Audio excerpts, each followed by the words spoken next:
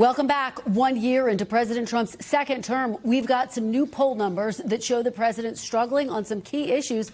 Joining me now, of course, who else? The one and only NBC News chief data analyst, Steve Kornacki. Steve, great to see you, as always. So take us through this new polling. What does it tell us about the president's first year? Yeah, Kristen, well, I think at the end of 2025, you're starting to see a polling slide for Donald Trump and for his party. Certainly that has continued and maybe even worsened a bit for him heading into 2026. This is a new New York Times Siena national poll here. They show Trump with an approval rating now of just 40%.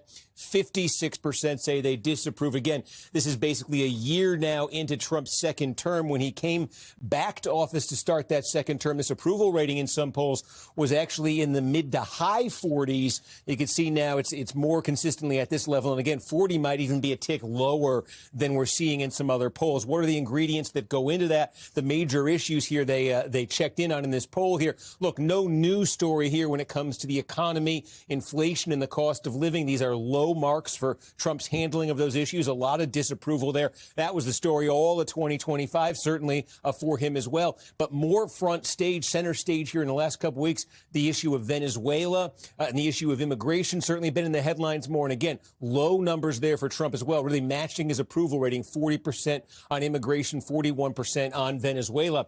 On immigration, diving a little deeper here, there's some interesting questions, I think, sort of underneath the surface in this poll.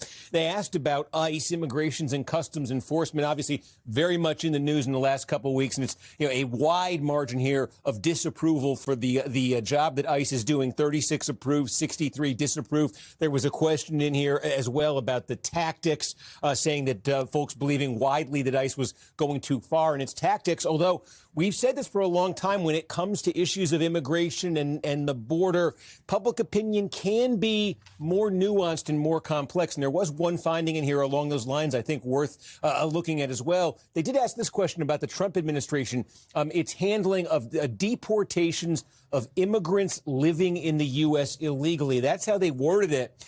And that got 50% actually say they support how the Trump administration is handling deportations of immigrants living in the U.S. illegally. Only 47% opposed. So again, low overall marks on immigration, very low marks for ICE, for the work that ICE is doing, but maybe a step above that, just the overall question here of deportations, you see a very different number there.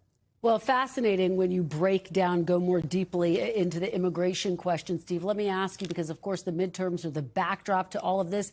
Does the poll have any clues about how things might play out in November? Yeah, you get a read here on the generic ballot. Which party would you vote for Congress? And you see here Democrats with the advantage, 48% Democrats, 43% Republicans, a 5-point advantage for Democrats. That's obviously, I think, in line with what you'd expect with these numbers. Honestly, for the Republicans, that maybe if there's any good news from here, they may have feared it would be worse than 5, but 5 is not a good place to be, certainly, for a party. All right. Well, Steve, you and I are going to be together a whole lot this year, and I'm looking forward to it. Thank you so much. Really appreciate it. Welcome back. Joining me now is our panel, Audrey Fahlberg, reporter for the National Review, Ashley Etienne, former communications director for Vice President Harris, and former communications director and senior advisor to Nancy Pelosi, and Republican strategist Doug Heye. Thanks to all of you for being here. Audrey, let me start with you. Let's put up some of that polling again. Steve just walked us through it. It's notable he's underwater on a number of these key issues.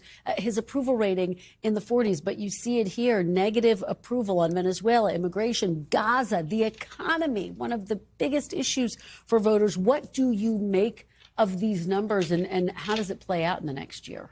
Well, when it comes to foreign policy issues like Venezuela, voters aren't really propelled to the polls by foreign policy. So imagine that will kind of shift out of the news before we get to the midterms. That said, if we look at the issues that propelled Trump to the White House this time around, the economy and immigration.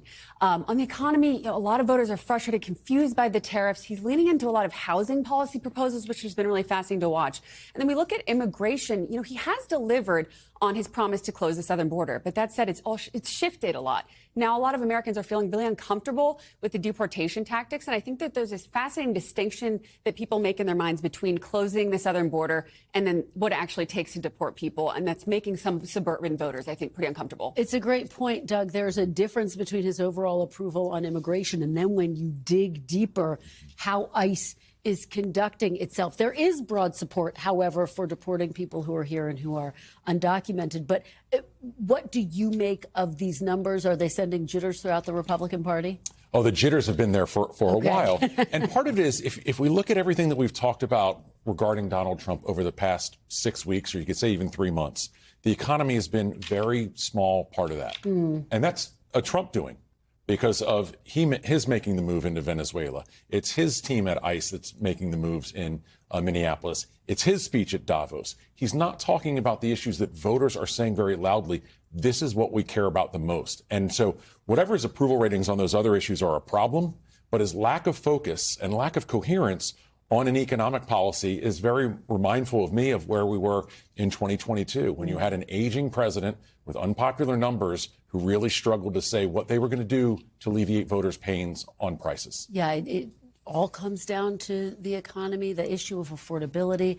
Ashley, the poll found 57% believe the president is exceeding the powers available to him as president. So there's that piece, but there's the argument that Doug is making, which is that when it comes down to it, what voters seem to care about time and time again is the economy. How are you advising, and how would you advise Democratic candidates who are looking at these numbers and how they should weave it into their strategy? Well, I mean, the Democratic Party, I think the chairman of the party just said just recently to the New York Times that the focus continues to be on this affordability message. But to get to Doug's point, it's very clear that the president could care less about these numbers. Honestly, I mean, I've worked in the White House twice, and we were moved when we saw polling numbers. In fact, we would recalibrate. We call the Hill, ask the Hill, what are you doing about this issue? We as a collective and as a party would be responsive to the poll numbers and to the American people. But that's not what I'm seeing right now from President Trump. He's going his own way in these, in very erratic fashion, I should say, down these other paths. Greenland, Venezuela, none of them have anything to do with the bottom line that the American people are facing right now. Doug, jump in here. Do you think that the president sees these poll numbers and that they're setting off some alarm bells for some in his inner circle? 70% of voters rate the economy as fair or poor. I mean, that's striking. Look, it should set off alarm bells, because we come to a very real political reality coming 10 months from now, which is that Democrats should win the House. History tells us that. These numbers tell us that as well. And I wouldn't start using words like wave. I think Democrats are getting way ahead of their skis on that. But if I'm a Republican, I'm nervous about keeping my congressional seat. And if I'm in the White House, what that means, the day that Hakeem Jeffries becomes Speaker, the Trump legislative agenda is over, and then here comes the investigations. Yeah. I will say what I'm struck by is the fact, and Steve pointed this out, that Democrats are only up by 5 against Republicans. I think at this time in 2018, going into the midterm elections, when we won 40 seats, we were double digits up on the Republican Party. And in fact, the president's polling wasn't underwater on all of these issues. So to me, there still is, I think, a lack of Democrats seizing this moment in a much bigger way. And I think that's what's concerning for me. Less so the president's polling, but the fact that we're not doing better than we are. It is notable, that matchup and expectations in terms of who's going to take over Congress. Audrey, Susie Wiles has been focused on the issue of affordability, the chief of staff at the White House. And she says, look, President Trump's going to be out on the road. He's going to be in Iowa next week. He's going to be talking about the economy. We have seen him hold economic events. His speeches don't necessarily remain solely focused on the economy. What are you hearing about that piece of the strategy moving forward? I mean, I think that's why he's leaning in so much to all these housing policies. We're seeing he's signaling an interest to work with Elizabeth Warren to cap credit card interest rates.